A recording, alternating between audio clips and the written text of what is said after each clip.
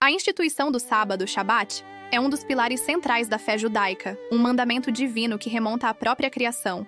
No entanto, nos evangelhos, este dia sagrado de descanso torna-se o principal campo de batalha teológico entre Jesus e as autoridades religiosas de seu tempo. Jesus realizou uma série de curas deliberadas no sábado, atos que não foram vistos como milagres de compaixão, mas como provocações diretas e transgressões capitais da lei. Para entender a profundidade dessa luta e o motivo pelo qual Jesus escolheu curar especificamente neste dia, é essencial mergulhar não apenas nas narrativas dos evangelhos, a fonte canônica, mas também no complexo sistema legal e de tradições orais do judaísmo do Segundo Templo, a fonte contextual do conflito. O contexto: por que curar no sábado era uma luta? A disputa não era sobre o que estava escrito na Torá, mas sobre a interpretação dessa lei. A lei de Moisés é clara: lembra-te do dia do sábado para o santificar. 6 dias trabalharás e farás toda a tua obra. Mas o 7º dia é o sábado do Senhor teu Deus. Não farás nenhuma obra. Êxodo 28:10. O sábado era um sinal da aliança, um dia de cessação. A palavra Shabat significa cessar. O problema era a definição de obra, melachá.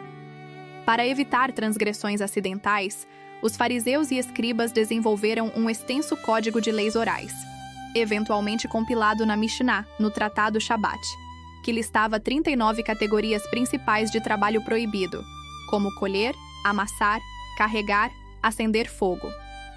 No que diz respeito à cura, a lei oral judaica era clara e compassiva em um ponto: o princípio do pikuach nefesh, salvar uma vida.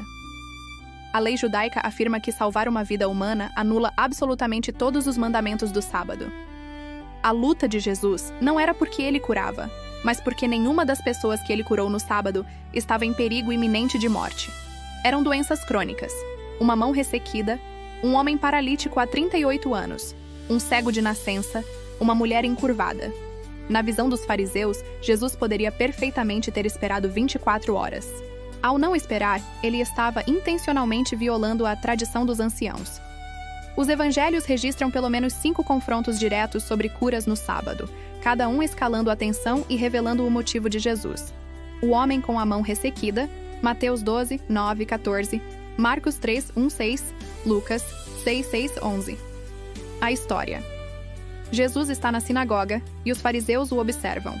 Eles colocam um homem com a mão atrofiada, ressequida, diante dele e perguntam diretamente: é lícito curar no sábado?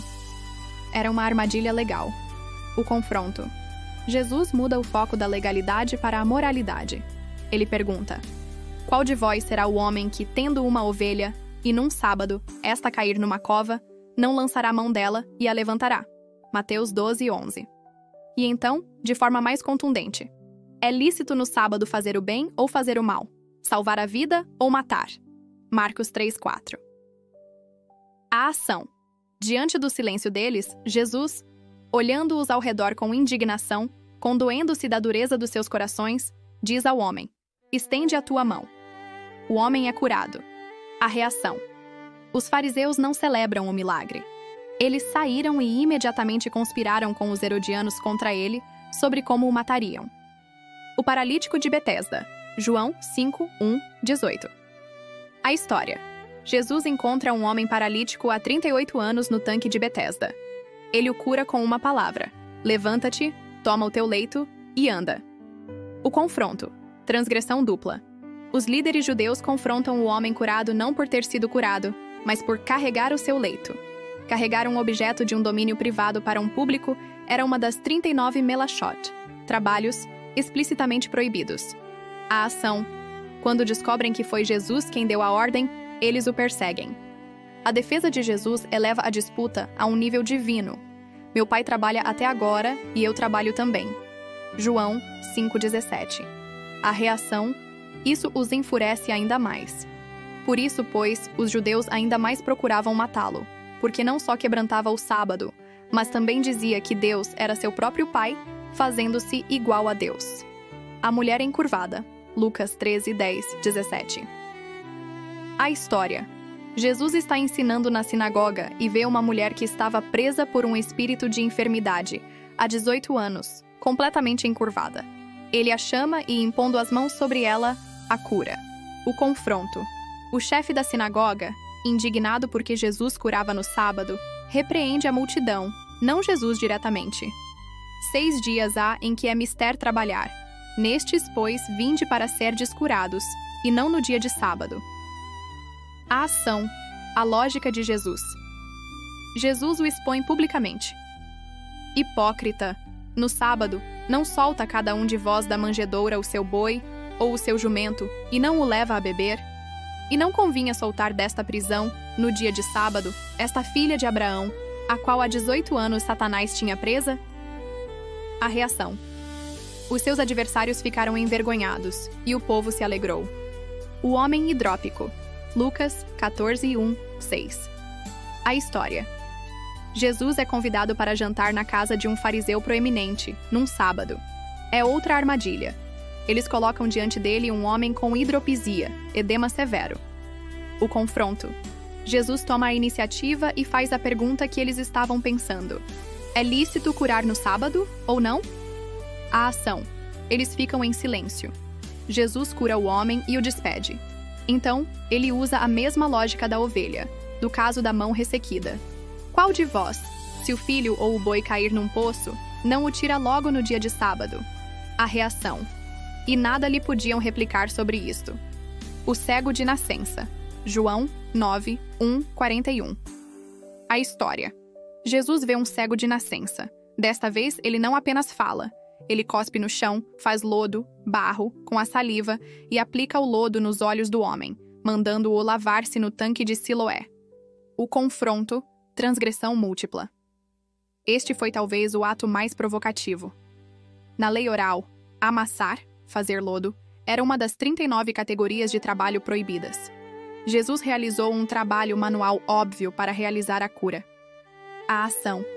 O milagre é inegável, mas divide os fariseus.